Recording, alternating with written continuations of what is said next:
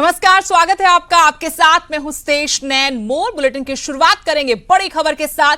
दिल्ली की रोहिणी कोर्ट में gang war हुआ है। इसमें 4 लोगों की जान गई है। कुख्यात गैंगस्टर जितेंद्र गोगी की हत्या हुई है। पुलिस ने 3 हमलावरों को भी ढेर किया है। कोर्ट के अंदर ही फायरिंग हुई। बताया गया कि हमलावर वकील की ड्रेस में आए थे। टिल्लू गैंग पर फायरिंग का आरोप है। गैंगस्टर गोगी बेहद कुख्यात बदमाश था, जिस पर हत्या, वसूली, पुलिस पर हमला करने जैसे तमाम आपराधिक मुकदमे दर्ज थे। पिछले दिनों ही गुरुग्राम से गैंगस्टर गोगी की गिरफ्तारी हुई थी और आज दिल्ली की रोहिणी कोर्ट में गैंगस्टर की हत्या कर दी गई। पुलिस ने 3 हमलावरों को भी मार गिराया है। बड़ी खबर आपको बता रहे, देश की राजधानी की रोहिणी कोर्ट में गैंग वॉर हुआ है। इस गैंग वॉर में कुख्यात गैंगस्टर की मौत हुई है। जितेंद्र गोगी की मौत हुई है। पुलिस ने 3 हमलावरों को भी ढेर किया है। कोर्ट के अंदर ही इस वारदात को अंजाम दिया। आरोपियों ने बताया गया कि जो हमलावर थे वो वकील की ड्रेस में थे। टिल्लू गैंग पर फायरिंग का आरोप है। गैंगस्टर की हत्या हो गई है। गैंगस्टर गोगी बेहद कुख्यात बदमाश था, जिस पर हत्या, वसूली, पुलिस पर हमला जैसे कई मामले दर्ज थे। पिछले दिनों ही गुरुग्राम से गैंगस्टर गोगी की गिरफ्तारी हुई थी और आज रोहिणी कोर्ट में इस गैंग वॉर में उसकी हत्या हो गई। आए हुए थे, उन्होंने 3 गोलियां लगातार गोगी को मारी हैं। उसके रिबर्ट में जो दिल्ली पुलिस की सिक्योरिटी थी गोगी के फेवर में, उन्होंने उसको बकायदा गोलियां मारी हैं, गोलियां चलाई हैं। उनके पास 25-30 गोलियां चलाई हैं, जिसमें वो दोनों ऑन द स्पॉट जो क्रिमिनल आए थे वकील की ड्रेस पहन के, वो ऑन द स्पॉट डेथ हो गए। गोगी का ये बताया जा रहा था कि वो जख्मी हालत में हॉस्पिटल शिफ्ट कर दिया गया है, लेकिन अभी जो इंटीमेशन आ रही है हॉस्पिटल से वो यही समझ में आ रही है कि वो वहाँ डेड डिक्लेयर हो गया। हेयरिंग के दौरान गोगी की हेयरिंग थी, उसी दौरान हुआ था। जज साहब भी मौजूद थे, स्टाफ भी मौजूद था और बाकी 2-4-5 वकील भी भाई मौजूद थे। और इसी बीच में एक हमारी इंटर्न है, उसके भी पैर में कहीं गोली लगी है। दिल्ली स्थित रोहिणी कोर्ट में गैंगवार के दौरान गैंगस्टर जितेंद्र गोगी की हत्या कर दी गई। इसके साथ ही जो हमलावर था उसे भी मार गिराया गया है। जिस तरह से हमलावर वकील के ड्रेस में पहुंचा था और सिक्योरिटी फोर्सेस के ड्रेस में पहुंचा था, उसके बाद वहां पर जैसे ही पहुंचने के बाद ताबड़तोड़ उसने फायरिंग की और फायरिंग करने के बाद जितेंद्र गोगी को उसने मार गिराया। उसके बाद इस मामले पर वहां पर साथ में जो सुरक्षा व्यवस्था पे तैनात है उसके द्वारा फायरिंग की जाती है और उस हमलावर को भी मार गिराया जाता है। लेकिन जिस तरह से मामला सामने देखने को मिला और जिस तरह से यहाँ पर कोर्ट परिसर के अंदर में फायरिंग हुई है, इस मामले की गंभीरता को देखते हुए तमाम जो वरिष्ठ पुलिस अधिकारी मौके पे पहुंचे, इस मामले की इन्वेस्टिगेशन करवाई जा रही है। और इसके साथ ही ये गैंगवार क्यों हुआ, किस तरह से गैंगवार हुआ और किस तरह से कोर्ट परिसर के अंदर में गैंगस्टर पहुंच करके वहां पर ताबड़तोड़ फायरिंग करता है, और जिस तरह से इस मामले की गंभीरता को देखते हुए दिल्ली पुलिस की क्राइम ब्रांच और स्पेशल सेल के अधिकारी मौके पर पहुंच करके इस तमाम मामलों की गंभीरता को देखते हुए आगे की तफ्तीश में जुट गए हैं। वीडियो जर्नलिस्ट जगदीश गौतम के साथ शंकर आनंद, मेरे सहयोगी शंकर आनंद जुड़े हैं फोन लाइन से और जानकारी अपडेट उनसे लेंगे। शंकर, बड़ी वारदात को अंजाम दिया गया है, कोर्ट परिसर के अंदर ही गैंग वॉर हुआ है। फिलहाल क्या जानकारी मिल पाई है, क्योंकि टिल्लू गैंग का कनेक्शन इससे जुड़ रहा है, 2 आरोपी भी ढेर हुए हैं। क्या जानकारी, क्या अपडेट है?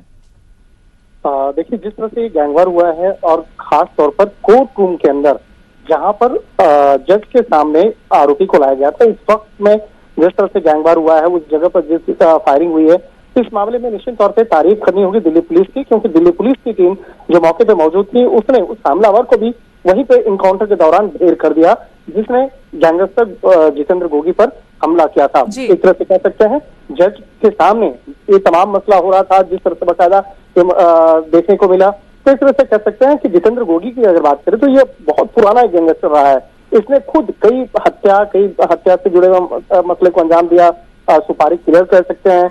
और ये सोचिए कि दिल्ली के रोहिणी तिहाड़ जेल में रहने के दौरान, रोहिणी जेल में रहने के दौरान यहाँ से वो दुबई में रहने वाले कारोबारी से भी बाकायदा पैसा वसूलता था। तो और यहाँ पे पैसा वसूलना, हत्या करने की सुपारी देना, इस तरह के कई दर्जन मामले जो हैं गोगी के खिलाफ मामले दर्ज हैं। और ये जो गैंगवार हुआ है, गैंगवार में जिस तरह से टिल्लू गैंग के बारे में कहा जा रहा है, टिल्लू गैंग के गुर्गे आए और कोर्ट रूम के अंदर में वकील के ड्रेस पे में आए और उसके बाद आने के बाद इस हत्याकांड को अंजाम दिया। तो फिलहाल इस मामले की गंभीरता को देखते हुए खुद दिल्ली पुलिस कमिश्नर इस मामले को तमाम वरिष्ठ अधिकारियों के संपर्क में है। जी स्पेशल सेल के तमाम जो वरिष्ठ अधिकारी हैं। जी शुक्रिया शंकर तमाम जानकारी के लिए। तो दिल्ली की रोहिणी कोर्ट में 4 मौतें, जिसमें एक गैंगस्टर की मौत हुई है। जो 3 आरोपी थे उनको भी मौके पर ही ढेर कर दिया गया। अगली बड़ी खबर कुरुक्षेत्र से, जहां किसानों का बवाल हो सकता है। ऐसे में सुरक्षा चाक चौबंद है। सैनी समाज भवन के पास किसानों ने डेरा डाल रखा है। सीआरपीएफ की भी 2 टुकड़ियों को तैनात किया गया है। किसानों ने बीजेपी नेताओं के विरोध का ऐलान किया है और 4 बजे बीजेपी ओबीसी मोर्चा की प्रदेश स्तरीय बैठक होनी है। बीजेपी सांसद नायब सैनी, थानेसर विधायक सुभाष सुधा इस बैठक में शिरकत करेंगे। पूर्व मंत्री कर्णदेव कंबोज समेत कई नेता इस बैठक में शामिल होंगे। लेकिन क्योंकि संयुक्त किसान मोर्चा ने आह्वान किया है बीजेपी जेजेपी के नेताओं के कार्यक्रम का विरोध किया जाए, ऐसे में कुरुक्षेत्र में जो सैनी समाज भवन में बैठक होगी उससे पहले किसान लामबंद हो गए हैं। किसानों ने सैनी समाज भवन के पास ही डेरा डाल लिया है। सुरक्षा के इंतजाम किए गए हैं। सीआरपीएफ की 2 टुकड़ियों को लगा दिया गया है। किसानों ने बीजेपी नेताओं के विरोध का ऐलान कर दिया है और 4 बजे बीजेपी ओबीसी मोर्चा की प्रदेश स्तरीय बैठक से पहले यहां पर सुरक्षा में पुलिस बलों को तैनात किया गया है। आपको बता दें बीजेपी सांसद नायब सैनी, थानेसर विधायक सुभाष सुधा भी इस बैठक में शिरकत करेंगे। इन दोनों के अलावा पूर्व मंत्री कर्णदेव कंबोज समेत कई और बीजेपी नेता इस बैठक में शामिल होंगे। लेकिन किसी तरीके से कानून व्यवस्था पर आंच न आए, इसके लिए सुरक्षा पुख्ता कर दी गई है। बीजेपी की जो मीटिंग होने जा रही है, हमने उनका विरोध अभी तक तो किया नहीं है। हम यहाँ पर कमरे में रह के, कमरा बुक था हमारे नाम के, गुरदयाल सिंह सैनी जिसने आज सैनी समाज को खड़ा किया, उनके बेटे को उन्होंने कमरा लेके यहाँ पे रह रहे थे। उनका कमरा एसपी के कहने से कैंसिल किया गया। पूरी बरादरी के लिए शर्म की बात है। बीजेपी वालों ने इस धर्मशाला को अपना दफ्तर बना के रख दिया। हम ऐसे बिल्कुल भी सहन नहीं करेंगे। तो यहाँ पे कमरा लिया गया था। आज राजेंद्र सरपंच जो गुरदयाल सिंह का लड़का है, उनकी तबीयत थोड़ी ख़राब हो गई थी। उसका बीपी कम ज़्यादा हो रहा था, उसके साथ था मैं, और हमने यहाँ पे उसकी तबीयत को देखते हुए यहाँ पे कमरा किराए पे लिया। जो हमारी समाज है, सैनियों की जो समाज है, सैनी समाज, इसमें राजेंद्र के नाम से और दिलबाग सिंह। अगली बड़ी खबर हिमाचल से, जहां 27 सितंबर से स्कूल खुलने जा रहे हैं। कैबिनेट की बैठक में इस बारे में बड़ा फैसला हुआ है। 9वीं से 12वीं तक के स्कूल अनलॉक होंगे। 3 दिन 10वीं और 12वीं के छात्र छात्राएं स्कूल आएंगे। आखिर 3 दिन 9वीं और 11वीं के छात्र छात्राएं स्कूल आ पाएंगे। 1 से 8वीं तक ऑनलाइन कक्षाएं चलती रहेंगी। शिक्षा विभाग में 8000 मल्टीटास्क वर्कर्स की भी भर्ती होगी। और आपको बता दें कि आई टीचर्स का वेतन 500 रुपए बढ़ाया गया है।